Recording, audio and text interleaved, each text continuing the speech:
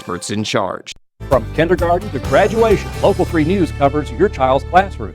It is so nice to have Dr. Luke Maxfield back on the show. It's been a minute. He, of course, has Aspire Dermatology and Skin Surgery Center. Nice to see you. Thank you. It's good to be back. So I was kind of expecting to see you talking about, maybe some sunscreen concerns or some dry skin issues, you name it. But nope, the all-American mosquito, how do I keep them away? What do I do about a bug bite concern? That's your topic. That's it. So I feel like we talked about sunscreens recently, although I really did want to bring more, I will say. But mosquitoes are my least favorite organism on the planet, I think. Really? Yeah, I'm one of those people where if you are within 10 feet of me, you will be safe because all of the mosquitoes will come to me. Okay, my younger daughter is that person. We kind of like it when Meg's on the back porch because they seem to like certain people over others.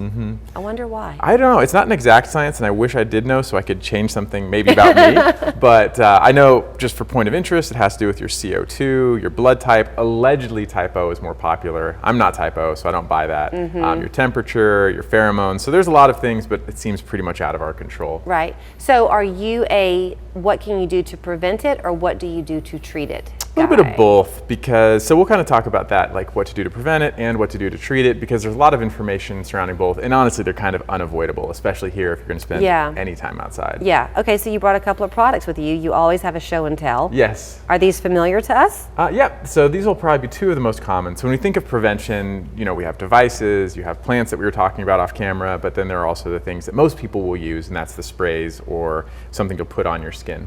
So the first one is DEET, or off. The ingredient is well known, good and bad, but it's by far the most effective. So if you're the type of person who just wants the most effective option, just get DEET. It's been studied down to kids, I think, as early as 2 months of age. And it is extremely effective not only for mosquitoes, but ticks and all of the other biting bugs around this area. So if your kids are packing off to summer camp, pack that in. The most effective, extremely effective. Okay.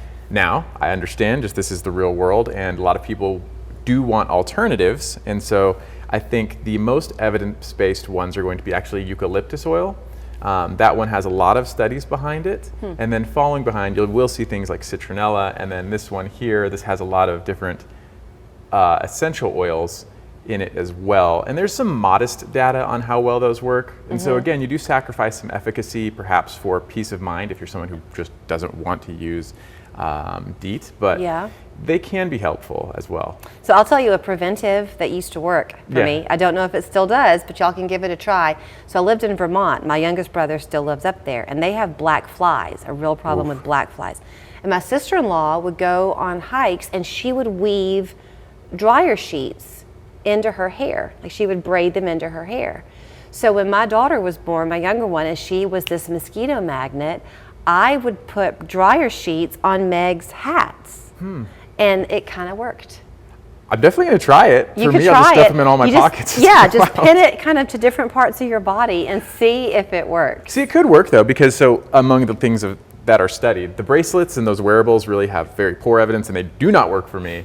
But one funny thing that came out is there's a fragrance, Victoria's Secret Bombshell. It's a perfume, and it's been well studied and shown to actually prevent mosquitoes. Really? As well, yeah. I mean, it really is interesting, and that's part of what you enjoy, I know, doing in your practice, because Luke will come here and he's talking kind of the practical things that all of us need to know. Obviously, at the practice, they're treating everything dermatological, serious and surface, if you will. But you try the products. Oh, yeah. You know what you're talking about. Yeah, I do try to get my hands on everything I recommend within reason. Anecdote is somewhat valuable to just couple with studies, and so I'll try anything. I will tell you, when you mentioned the sunscreen one that you did a while back, and we took a beach trip, and so this same daughter, Meg, and I had gone shopping for sunscreen, and we were at Target, and she went immediately, not knowing that you had talked about it, to, I've forgotten what it looks like now, but it was a sunscreen that you loved, and it looked like... Is it the whipped cream one? Yes. Yeah, I still love it. And I said, oh, that's a legitimate sunscreen, Meg.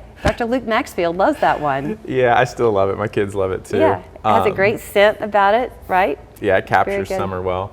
So, okay, if you are a person who is experiencing, though, these really bad welts with the mosquito bites, is it bad for you to scratch at it? Yes. So scratching does multiple things. One, it creates scars, it damages the skin, but actually more immediately, it can make the itch worse. It kind of perpetuates the cascade of histamine release that causes the itch, causes sensations, and I think we all know that from either eczema or bug bites. If you scratch it, unless you actually damage the nerve fibers, the itch can get worse, the bug bite can get worse. So alternatively, ice directly over it vasoconstricts, calms down inflammation. It's like a nice immediate relief.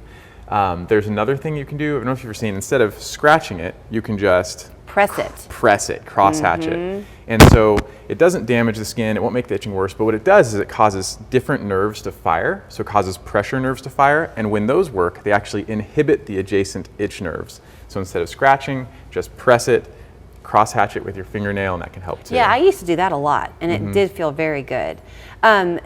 Is it a good idea to take an allergy pill or some kind of antihistamine? Those don't help as dramatically locally, Okay. so you could try it, but those don't tend to be super helpful. Calamine lotion is helpful, although pink and stains, it does work. Is aloe good? Aloe for sunburn is great, for bug bites, modest Not so at much. best. And then Okay. there's a spoon hack. This one, I'm not like validating spoon this. hack? Yeah, I'm not validating this because you can actually burn yourself. So Oh.